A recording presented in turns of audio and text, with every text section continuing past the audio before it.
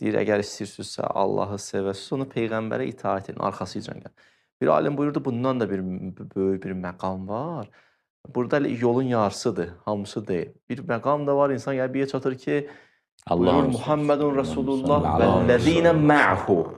Onunla birgə olmaq. Kunu mə'əs sadiqin. Məiyyət məqamı var. Məiyyət məqamında sən gəlmirsən, bir yerə çatmısan ki, daha sənə baxanda əvvəl-fəz yada düşür. Onların rənginə boyanmısan, onların iyi səndən gəlir.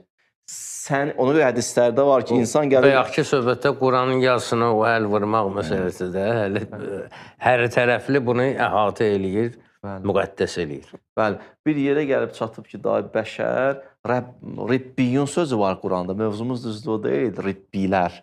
Ribbinin də deyil bir mənası budur ki, bir əli xəlqdədir, bir əli imamdadır. Yəni, tutur bunun əlindən verir imamın əlinə əlini.